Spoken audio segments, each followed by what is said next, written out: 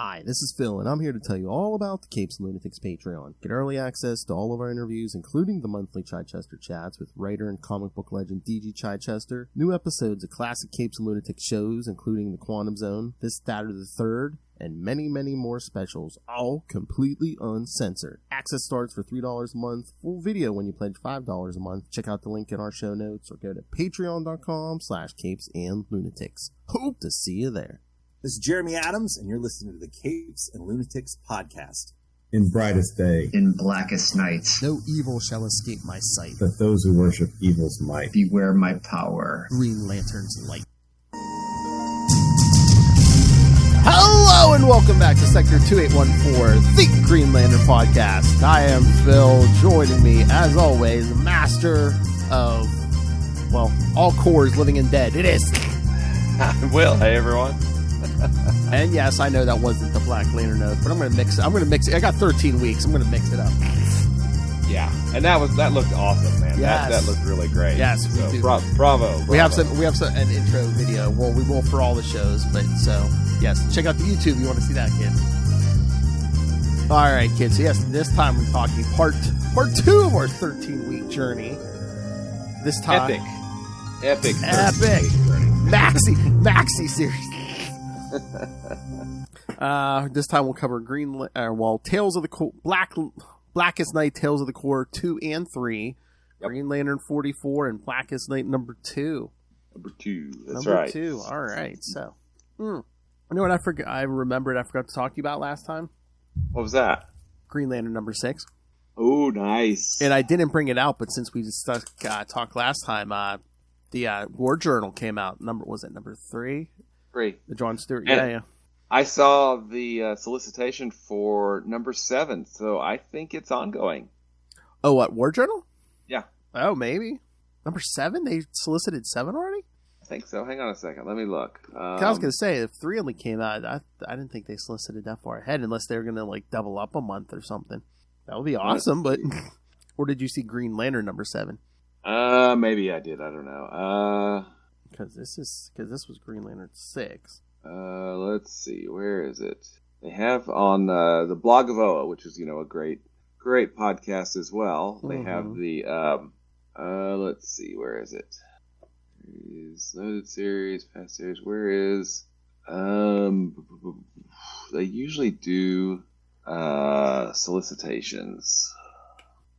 Well, why are you looking? Okay. Yeah. Did you get your comics for the month yet?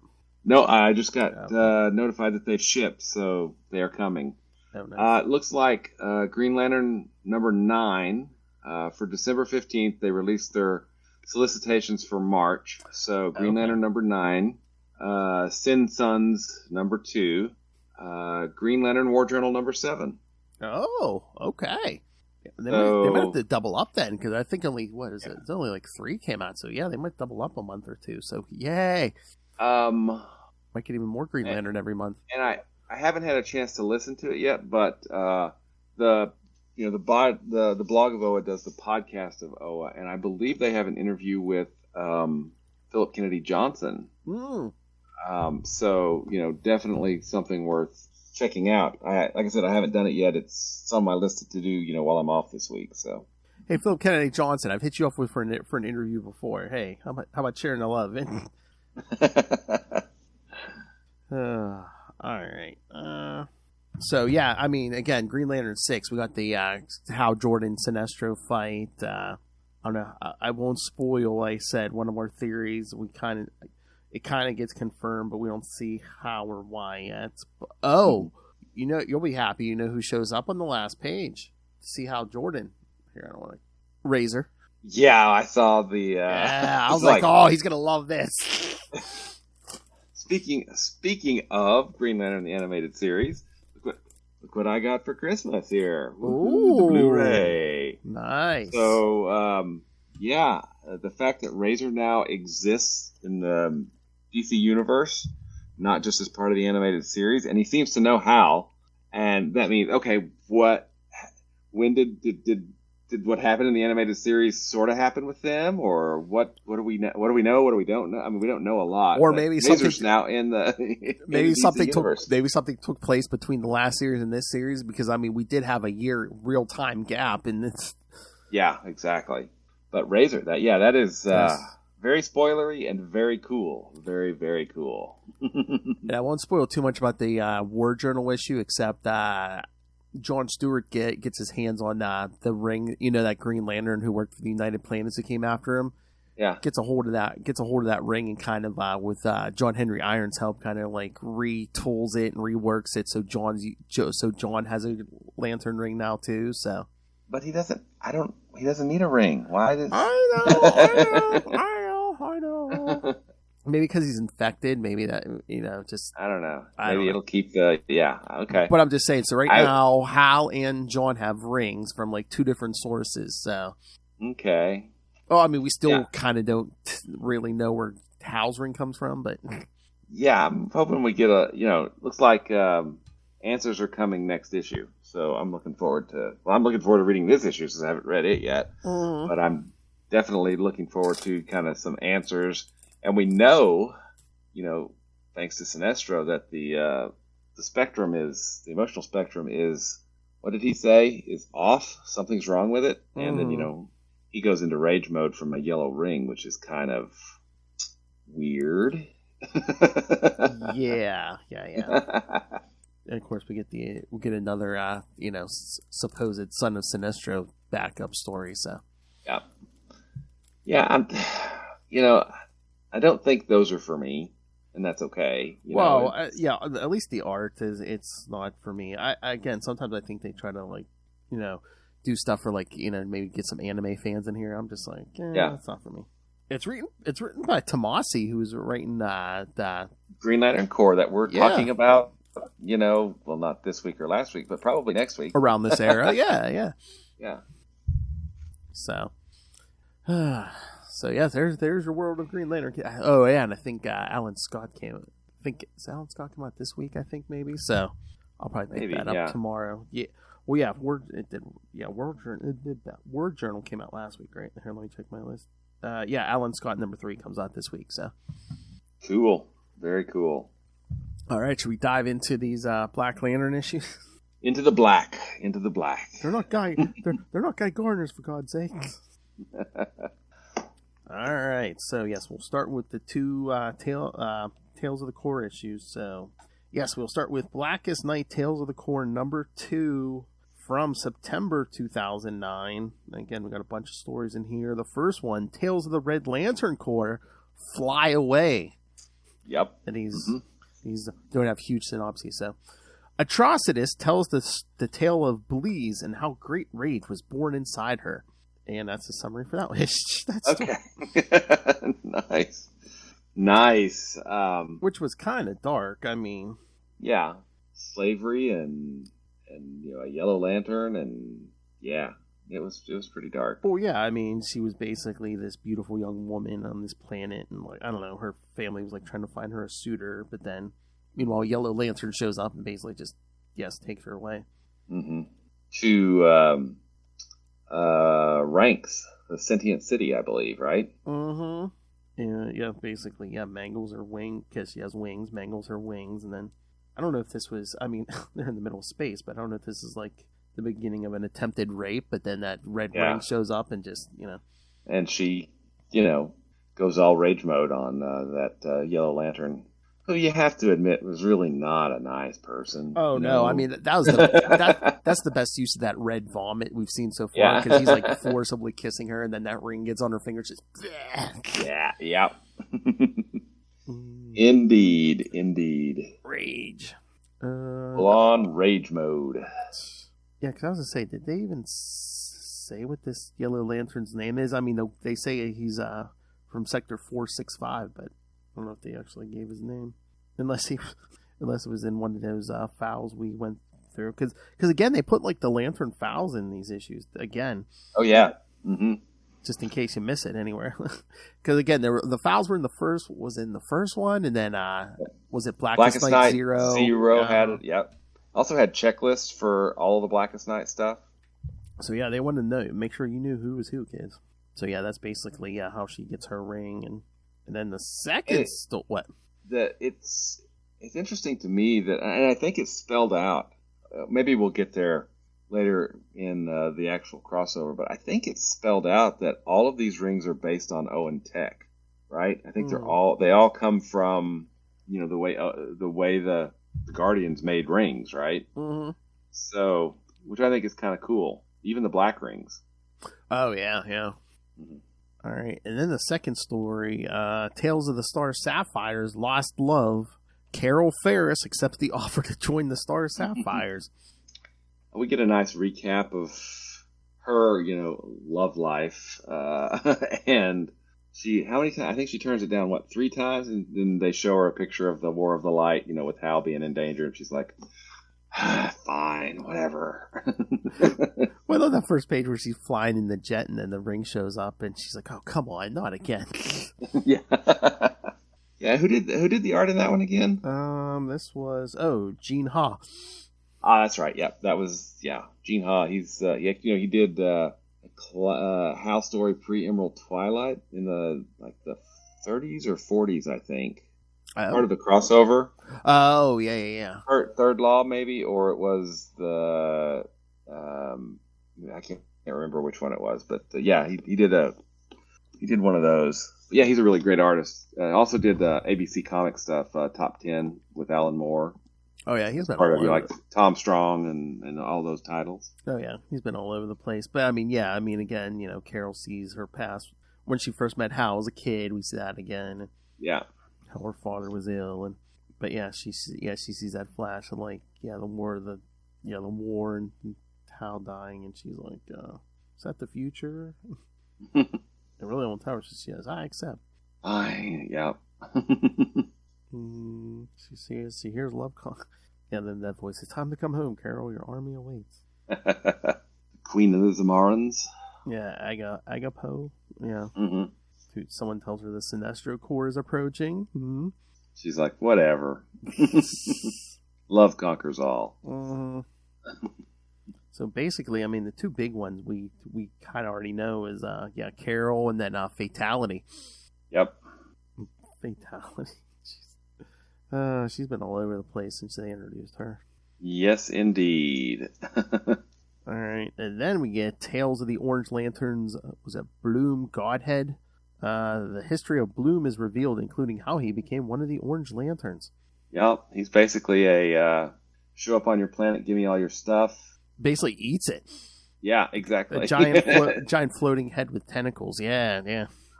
He draws the line at little kids, though. Probably. Well, maybe they just disagree with him or something. Yeah. And then he shows up on Okara. Mm-hmm. And Larfeez is like, okay, done. It's like, what, two panels, it was over. I know, I love Bloom's he's like, what do you and this planet have to offer me? And Larfeez is like, what do you have to offer me? He's like, I was going to ask you the same thing. Life form replicated, new member of the Orange Lantern Corps.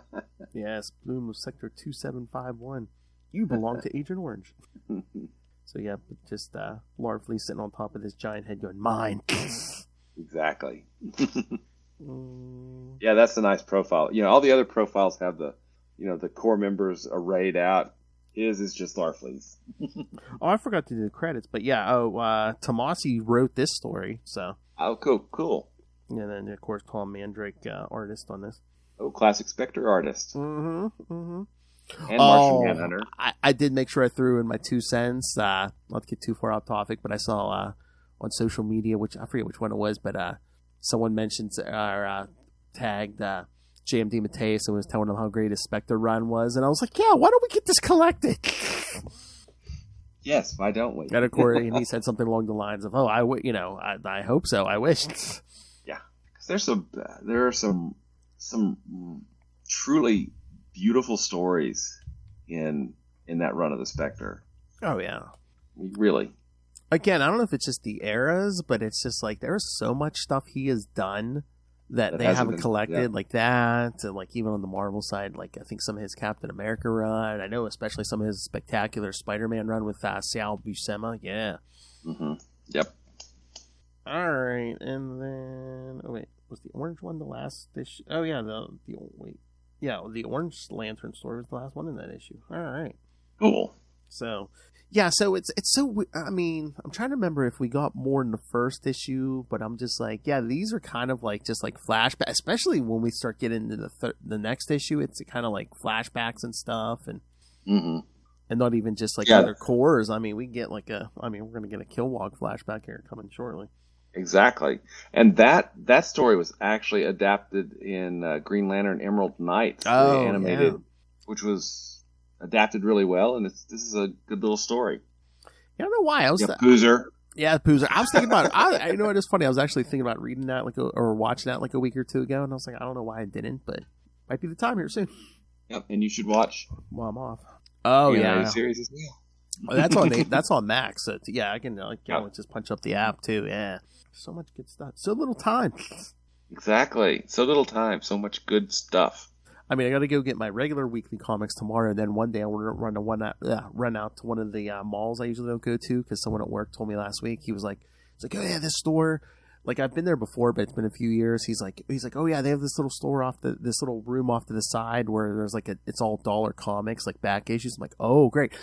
Then he goes, I hope the sales still run. He goes, oh yeah. He goes, and now lately they've been half off. I'm like, 50-cent comics. 2 thumbs, way up. Oh yeah. Like the good old days. All right. All right, should we get to the next issue? You bet. All right, so now we'll get to Blackest Night, Tales of the Corn, number 3 from September 2009. All right. Oh, yes, and of course, the first story is the Kilowog story, Tales of the Green Lantern Corps, Kilowog in New Blood. Where's my credits? Oh, here we go. Peter Tomasi again, writer. Chris Samney pencils and inks. John Calise, colorist. Letterer Pat Brousseau, and editor Adam Schlauman.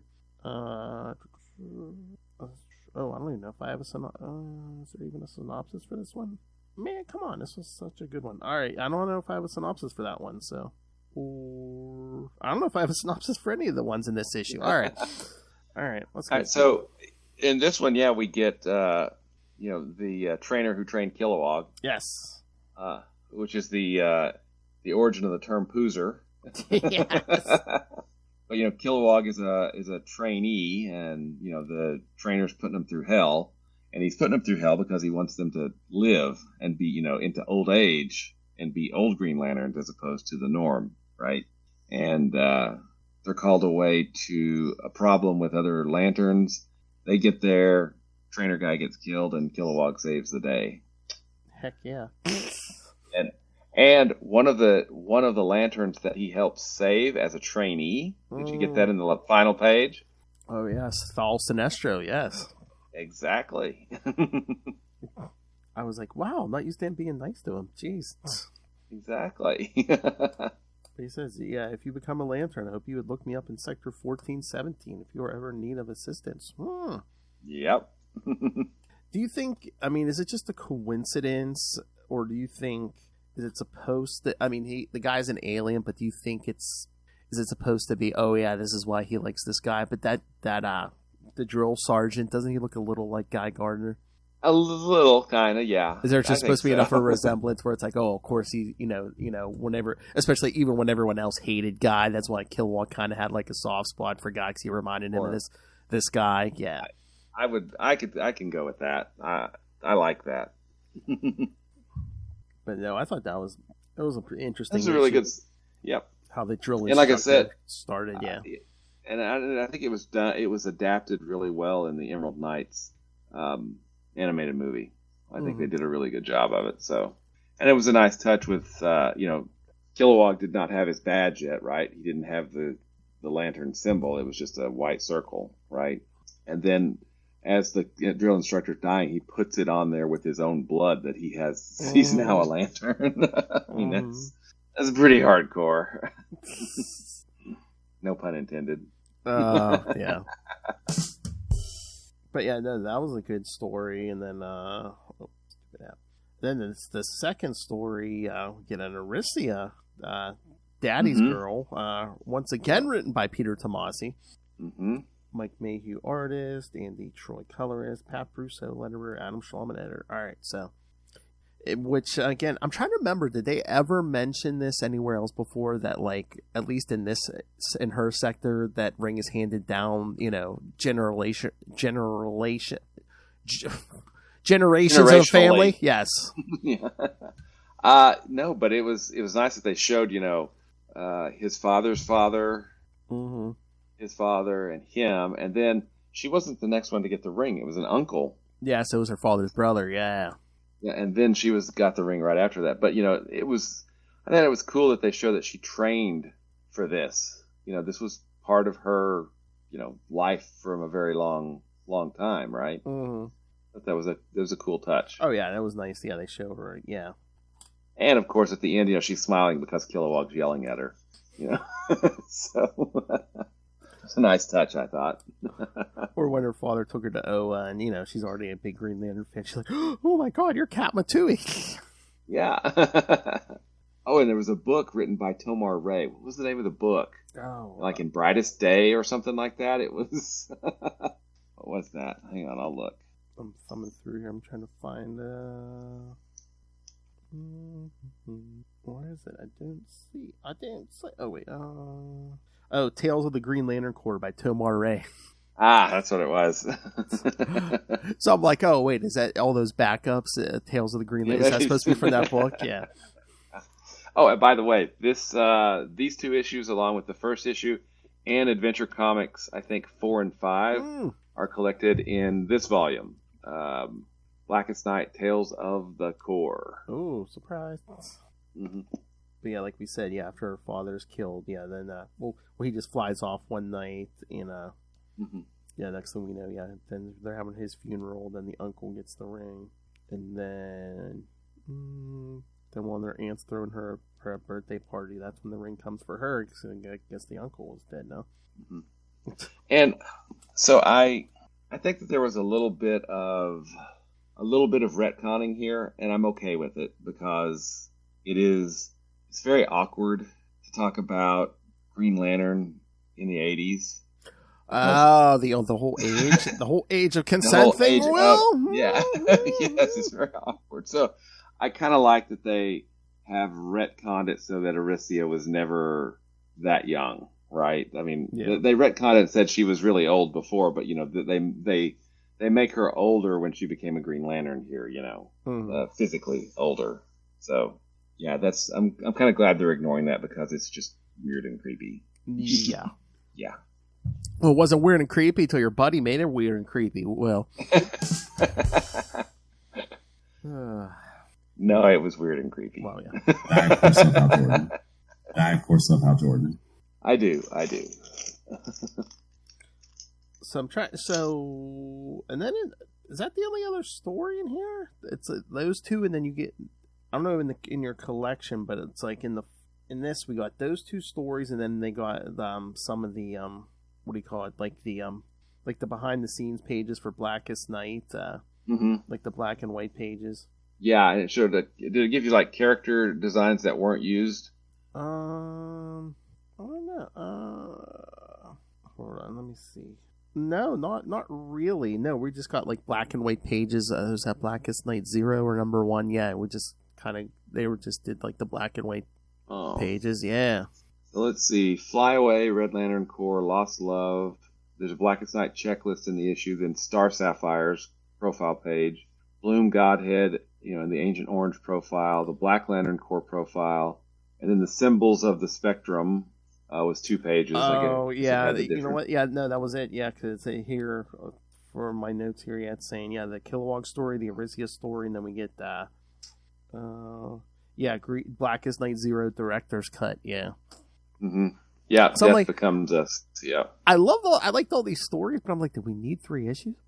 Yeah, I mean, I think it could have been done, in fewer issues. But hey, this is a big commercial crossover, so that's true. I mean, if they would up It the is. page count, they could have did it in two. But, Yeah, exactly. Exactly. And and these had some great covers on them. oh yeah. Let's see. Oh, the interlocking covers. Yeah. Yeah. I think the Ed Bennis cover. Ed Bennis covers are the interlocking ones, and then you get a Doug Monk cover for 3 that has the Flash and Green Lantern. Of course, yeah, that's right. It is Blackest Night. You do get more than one cover. That's right. Oh yeah. Yeah, because there's the interlocking covers. 3 had Carol and there's Star Sapphire and Atrocitus. Yeah, there's the other cover. Yeah, which we'll get to these two. We're gonna get back to these two. Yep, and then you get a different cover for number 2 as well. You know, Hal is part of the interlocking cover, and then you get I think that's a Bleeze cover. I think so. They have her going after a Green Lantern instead of a Sinestro Corps person, but it's painted, it looks like, by Rodolfo Migliari. I don't know. I'm not familiar. Neither am I. But then we do get the actual cover by Dave Gibbons, actually. I did not know that. So for number 1, we get the part of the triptych, the one that ties together. But this cover is drawn on as a other cover, whereas it's kind of painted for the cover of this, which I think is kind of interesting. Yeah. All right, are we ready to get to the meat and potatoes? These last 2 issues, man, we get a lot here. We get a lot happens, a whole lot. All right, you bet. Let's roll. All right, so yes, we're gonna get to Green Lantern number 44 from September 2009. Only the Good Die Young. Writer Jeff Johns and penciler Peter Mank. Inkers Christian Alamy, Doug Mank, Tom Guyon, and Rodney Ramos. So 1, 2, 4 inkers. Randy Major colorist, letterer Rob Lee, and editors Eddie Berganza and Adam Schlauman. All right, begins on Mars at the tomb of John Jones, the Martian Manhunter, who died during the final crisis. On top of the crypt is a Choco cookie, which basically an Oreo cookie, kids. It's an Oreo. Yeah. which he was known to have enjoyed. Suddenly it begins to shake and falls to the floor as a black lantern ring breaks through and attaches itself to the Martian's finger, commanding him to rise, resurrecting the Martian Manhunter as a Black Lantern. On Earth, we see Hal Jordan and Barry Allen, Green Lantern and the Flash, at the grave of Bruce Wayne, Batman, my favorite character, which was desecrated and his skull stolen. They wonder who would take Batman's skull besides Ray when Flash finds a black residue. Which starts to attach itself to Barry when they hear a voice. It's the Martian Manhunters who tells him that they shouldn't be alive. Hal blasts him, but it goes right through him as he uses his Martian invisibility and attacks him and tries to take Hal's heart out, which is filled with willpower. Flash jumps and snatches Hal out of John's hands as they fall through a building. Hal tries to contact Oa, but apparently he cannot get through to the planet when John attacks again and smashes a building into another. Meanwhile, on Oa, the Scarred Guardian, who has immobilized the other Guardians, watches as the War of Light rages on. One of the Guardians asks why the Scarred Guardian is betraying them. Scar merely replies that what she's doing is continuing the mission that the Guardians began billions of years ago, bringing order to the universe by using the Black Lanterns as a new police force, saying that the Manhunters and the Green Lantern Corps have failed, as black rings fall upon the worlds of Yezamalt, Okara, and Zamaron, homeworlds of the Red, Orange, and Star Sapphire Corps respectively, as she spews out more black goo and knocks out the Guardians once again. Back on Earth, Hal and Barry try to outrun the Martian Manhunter, but he's too fast for them. Barry then attacks Jean and whirls him into a truck full of chemicals, but he's not fighting the Martian Manhunter, he's fighting Green Lantern. Hal manages to get Barry out of Jean's telepathic control, but not before Jean grabs Hal and hurls him toward the bat signal and throws Barry into a sewage pool. Meanwhile, at Sector 1313, the remains of here we go, take a drink, kids. The remains of Xanshi, Green Lantern John Stewart is reminiscing about his talk with the Star Sapphire Fatality, who was from Xanshi and hunted the Green Lantern Corps as a member of the Sinestro Corps, when suddenly he sees a Black Lantern ring smash through an asteroid and commanding the entire dead world of Xanshi to rise.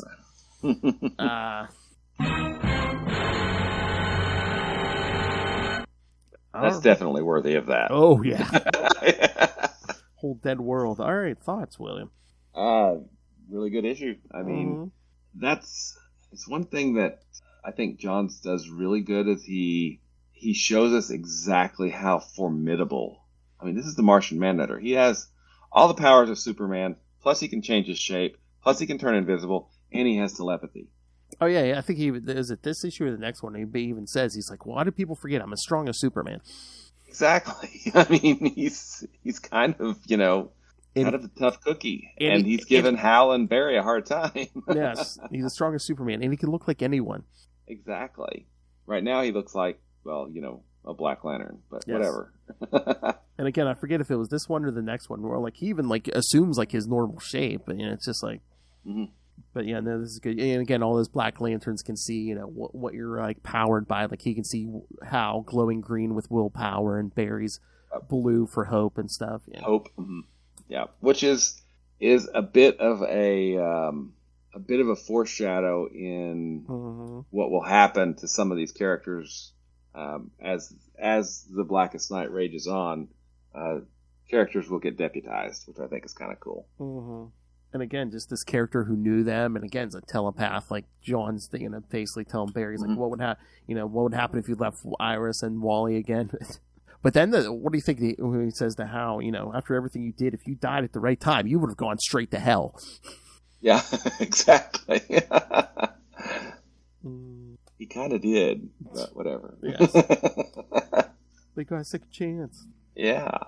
Then Scar. Is basically no. This is just now the logical extension of our mission. Yeah, and what gets me that's I find a little bit annoying is that Scar by herself is able to immobilize all the other Guardians. They're supposed to be kind of, I don't know, insanely powerful, right, on their own. And again, I get it's kind of like resurrection, like a resurrection or like reincarnation or something. Like they were all dead. Cal brought them back. It's true. But all of a sudden they're just, oh yeah, we've been doing this for billions of years. Have you? Yeah. They had a break. They had a short break. I guess, yeah. They took a time out. I guess to make this work, it has to be like, oh yeah, we have all these memories that, yeah. Mm-hmm. And then just that whole, when John makes Hal, or Barry fight Hal. Mm-hmm. So he thinks he's John Jones, yeah. Yeah, it was a good issue. Definitely a good issue. And so much of this, is happening concurrent with what's going on in the main Blackest Night, book itself. The 8-issue series Blackest Night. So there's a lot of weaving in and out of there, because we did get didn't Deadman show up, and was that in Tales of the Corps? Maybe that was in one of the stories we read, because the Atom and Jean and Mara are inside of a ring. I think we're gonna get to all that in number 2. Yeah. Oh, okay. Yeah. All right. We're ready to get to 2. You bet. Of course, there's multiple covers there. All right. All right. So, all right, kids, and now Blackest Night number 2 from October 2009.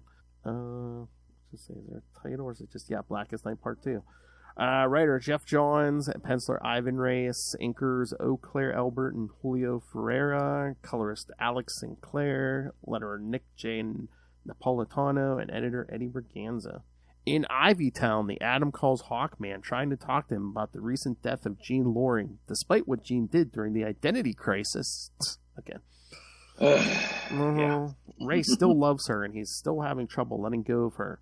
Listening, Hawkman tells Ray that he should come over so they can talk, but Hawkman is not entirely himself. As we saw at the end of last week, yes. In fact, he's entirely a Black Lantern. Exactly. In Gotham City, Commissioner Gordon and Barbara Gordon are on the roof of the GCPD headquarters with the bat signal, waiting for Batman to show up. So aren't we all? Batman, my favorite character. The Commissioner is on edge as it seems to have somehow gotten darker. Barbara tells him that while she was in rehab after the Joker paralyzed her, there was a sign at the rehab center which said that the sun will always come up, and she's going to wait until with her father until sunrise. Suddenly, Green Lantern Hal Jordan crashes into the bat signal. Oops, my bad. I know. In Amnesty Bay, Tempest and Mira lead a group of Atlantean soldiers who are to escort Aquaman's body to a tomb at Atlantis. Mira disagrees with the decision, saying Arthur would have preferred to be buried next to Thomas Curry, but she understands that it will strengthen Garth's position as King of Atlantis, which is something Aquaman would have wanted. When they reach the grave, however, they find it unburied. However, they also find the Black Lantern Aquaman there as well, who says that he would rather have been buried in the mud than under the sea. Aquaman then attacks the Atlanteans. In Gotham City, Deadman lies before his grave, hearing Black Hand's sick oath and begging his body to stay dead. His pleas fall on deaf ears and his body rises, a Black Lantern. In Washington, D.C., a pair of Black Lantern rings heads for the graves of Hank and Dawn Hall, the original Hawk and Dove. The rings try to recruit them, but the ring sent for Dove is unable to raise him as he is at peace. There is no such problem for Hank Hall, however. In Amnesty Bay, Aquaman continues his assault on the Atlanteans, using his telepathic abilities to commune with sea life to summon sharks to kill the soldiers. However, Aquaman additional help in the form of Tula and Dolphin, Garth's deceased former lovers. The two women attack Garth, blaming him for their respective deaths, while bickering with each other over who Garth loved more. Tempest is able to freeze Dolphin's head with his magic, and Mira shatters it, but Dolphin regenerates. Aquaman then strikes Mira, throwing her into a parking lot. Tula then manages to overpower Garth and rip out his heart, killing him. A Black Lantern ring then converts him into a Black Lantern. Realizing she is outnumbered, Mira flees. At the Gotham City Cemetery, the Phantom Stranger has assembled the Spectre, Blue Devil, and Zatanna to investigate Deadman's grave. For once, even the Stranger is at a loss to explain what is going on. Zatanna notes that several other graves have been defiled. Suddenly, a Black Lantern shows up. It is Pariah from the first Crisis, who then sends a Black Lantern ring for Crispus Allen. The ring attaches to Allen, suppressing the Spectre and converting Allen into a Black Lantern. Black Hand observes this, noting that even the wrath of God is no match for the Guardian of Death. At Gotham City Police Headquarters, Hal Jordan regains consciousness and asks to borrow Commissioner Gordon's car, having already instructed his ring to download everything that happened with the Martian Manhunter into Oracle's PDA. Meanwhile, Flash continues to fight the Black Lantern in Jean Jones in a chemical plant. He continues to fight Jean, then tells his dead friend, that he's been mixing and matching the chemicals inside. Hal then drives the Commissioner's car into the plant, causing it to explode, while Barry runs around it to keep the fire from spreading. Barry asks if Hal knows what is going on, but Hal still cannot communicate with Oa, as the Green Lantern Corps is fighting for its life against the Black Lanterns on Oa. However, Hal and Barry have more immediate problems. Jean's body survived the explosion, and he brought some friends: Hawkman, Hawkgirl, Elongated Man, Sue Dibney, and Firestorm, forming his own Black Lantern Justice League.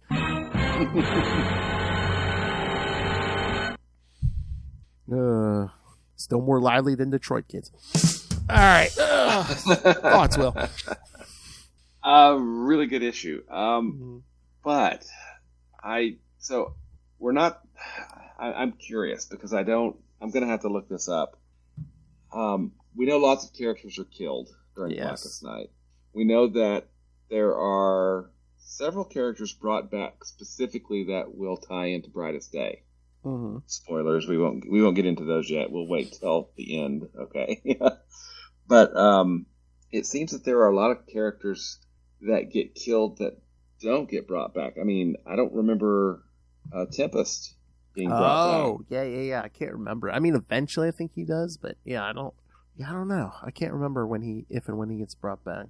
I'm curious to see, what characters were killed that didn't make it back during Blackest Night, and have they brought, because I think we talked about Sue Dibney and the Elongated Man. They've stayed dead for during New 52 and all that. Did they? I thought if anything they were brought back in New 50, but again, it's been a while since I read that. Mm-hmm. I don't know that they showed up in New 52 at all. Okay.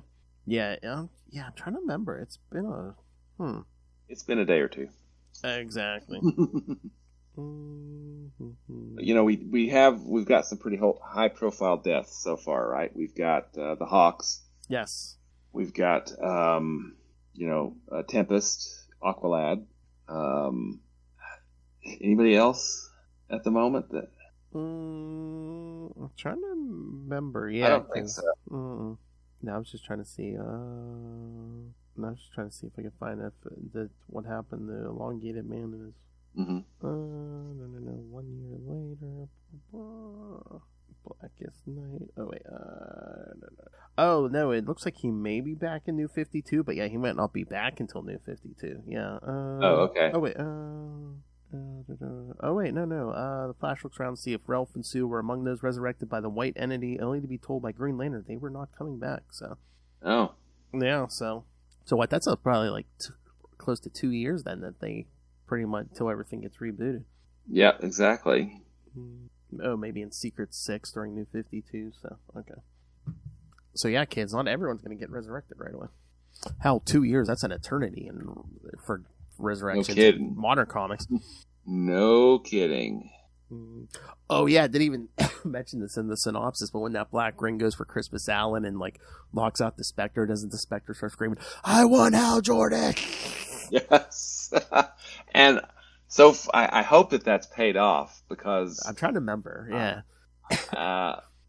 Perhaps in the Green Lantern title it'll be paid off. I don't know if it's ever. I guess we'll have to wait and see. Yeah, I can't remember. I don't remember it in the main Blackest Night title, but yeah, we'll have to wait and see. And I do like the Battle of Martian Manhunter that they remember. Yeah, Barry Allen is a forensic scientist, so it's like he's mixing all the chemicals to start the fire for him. Yeah. Mm-hmm. And then of course it's just Hal just drives a car into it. Yeah, exactly. The blunt force, Barry is very, mixing the chemicals, and but meanwhile Hal's just the blunt force, just okay. He is a blunt instrument, yes. That's like the Mash. But yeah, no, this was a good week, especially these last 2 issues. Yeah. Mm-hmm. I mean, we're into the real meat of Blackest Night right now. Mm-hmm. It's and this thing took over DC for nearly a year. If you count the 0 issue as a month before number 1, then we're talking 9 months, right? And then there were all the limited series that we've got on deck, plus Green Lantern Corps, and the Blackest Night mini itself. I mean, it's the Blackest Night.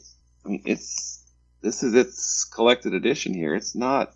I mean, it's almost 9 full issues of stuff, and those are big issues too. They're not just regular 22-page issues. I think they have.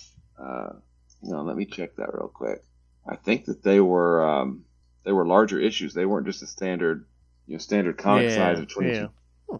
Let me find that real quick. Oh, and for those of you wondering, yes, we will see Deadman next in Blackest Night Batman number 1. Don't worry, kids. Your favorite character, DC character, is coming here soon. So, Batman, my favorite character. All right, so number 1 was a 40-page issue, mm-hmm. 40-page story. 2 was 24 pages, so it was slightly larger. 3 was 26. 4 was 25. 5 was 26. 6 was 23. So 6 was the smallest issue. 7's 25. And 8 is 40 pages. So yeah, I mean, all of them were larger slightly, but the first issue and the last issue were almost double sized. Of course, yeah. So it's I'm going to use a technical term here. It's a big honking deal. Well, yeah, between the page count and just everything they put behind it, and going on for 3/4 of a year. I mean, we're talking 9 months out of 12, right? Mm-hmm. Heck yeah. Yeah, good. Yeah, and it hit the whole DC universe. So. Mm-hmm. Yep. And I'm gonna try to do a little more research and figure out who died during Blackest Night that did not come back. Oh, nice. Because that's interesting to me. I mean, especially Tempest. I mean, Tempest was a Aqualad. Mm-hmm. Especially with Aquaman getting relaunched not too long after Brightest Day. right? With Jeff Johns writing the series, that was, and then we have the Hawks, which they did come back. But it was interesting that they brought back the characters that they did bring back, and we'll see that in the final pages of issue number 8. Oh yeah, we'll get there, kids. Yeah, before we start Brightest Day. How long's that one gonna be? I don't think that's maybe just a month. Let me see. We got Brightest Day. Let's see. That'll start. Like 20 issues, isn't it? 26 issues or something. Might be 24. 24. It'll go from like the first week of April to the first week of June.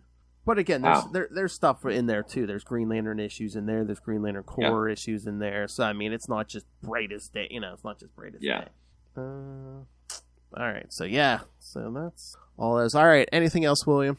Nope. I think we're good, man. It's a good issue. Good week. Good week. Well, guess what? Oh yeah. All right, kids. Guess what? Next week, more Blackest Night. Gosh, I'm shocked, Phil. I know. All right, for week 3 of 13. All right. We're going to start getting into these miniseries, kids, and those resurrected issues. Next week, of course, Blackest Night, Batman #1, Superman #1, Titans #1, Green Lantern Corps 39. The Corps book is back, and Starman 81. So. Some of the resurrected books. Nice. That's right. We're ramping up here, kids. 1, 2, 3, 4, 5 books next week, kids.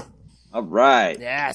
And only one of them's technically a Green Lantern book. The rest are those miniseries and a resurrected one. So, nice. Very nice. That's next week.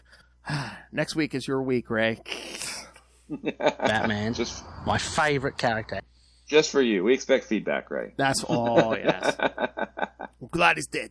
All right, kids. So yes.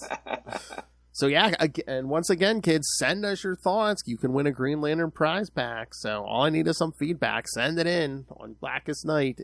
Email us, CapesandLunatics@gmail.com, or call the voicemail 614-382-2737. That's 614-38-CAPES. And remember, you can find all things Capes, Lunatics, episodes, social media, merchandise, t-shirts, cups, phone cases, all of it. And, of course, help us support this whole darn thing. Subscribe to the Patreon, because, again, you never know what you're going to get there. It's always something different. And, of course, once again, our guarantee in 2024, Lilith Hellfire is going to be more vicious and brutal than ever. Oh my God! Go, Justin. She posted on Facebook today. She goes, I forget what she said. Well, she's watching something with all her friends, and she's like, "Oh, they're all mad. I guess who the murderer was before the end of the whatever they were watching." I said, "That's no fair." I said, "Unfair advantage. You were always thinking about murder." Yeah. More vicious and brutal than ever. All right, so find everything all in one place. That's tubespace.io/Capes and Lunatics Podcast Network. That's tubespace.io/Capes and Lunatics Podcast Network. All right, Mr. Will Allred, Master of the Core, Master of the Quantum Zone, Master of Kickstarter and Podcasting, and probably the man who's read Green Lantern Rebirth more than any other human being alive, including Jeff Johns. Where can people get a hold of you? I just read it 2 days ago. You can find me at Walred. That's at WALLRED at Gmail and Facebook and Twitter. Probably much longer on Twitter, though. I just Blue Sky and other things that I probably forgot that I set up. If you'd like to check out the comics that I create, you can do that with Crossover Division at crossoveridivision.com, and which will be launching in January. We'll be launching number 5. You can also check out Diary of Night at diaryofnight.com. We've got a collected edition of that out. And you obviously have great taste because you're hanging out here with Phil and I, which means you probably love Marvel's Quasar nearly as much as we do. And if you'd like to find out more about Quasar, you can do that at the Quantum Zone, quantumzone.org. I'll put it in my navel. Hey, boys, you look at the party? I love the party. He goes limp in my grip. I hope it's going somewhere nice. Because they aren't even attempting to enter our orifices. Thank you, Tom DeFalco. And of course, like the dead may not, but will always. I of course love Hal Jordan. The dead are angry. All right, kids. Yes, come back next week for week 3 of our 13-week journey into Blackest Night. Blackest Night Batman, Superman, Titans start next week. Green Lantern 439. So the core book is back. And Starman 81. Zombie series. Yes. I don't think I've read that one. I know some of those last ones I did, like Catwoman and stuff, but not that one. Yeah. I don't remember either. All right, kids, come back next time. And remember, be nice to your friends. Even death won't stop them. Good night.